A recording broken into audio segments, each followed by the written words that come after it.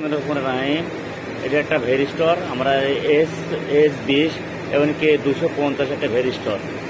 এটা ভেরিস্টরের S20 এবং K250 এটা ভেরিস্টর।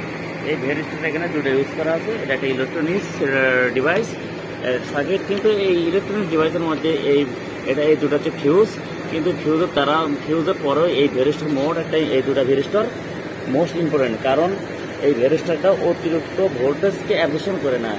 অর্থাৎ অতিরিক্ত যখন এই সার্কিটে এই ভেরিস্টরে 250 ভোল্ট পর্যন্ত আছে অপারেটিং ভোল্টেজ, কিন্তু 200 অতিরিক্ত ভোল্টেজ হলে 300 বা 270-80 হলে এই ভেরিস্টর দিকে কী হবে, ওই অতিরিক্ত ভোল্টেজকে শোষণ করে নেবে। এই জন্য এই সার্কিটকে অতিরিক্ত কারেন্ট থেকে রক্ষা করবে। এটা হচ্ছে মূলত ভেরিস্টরের কাজ।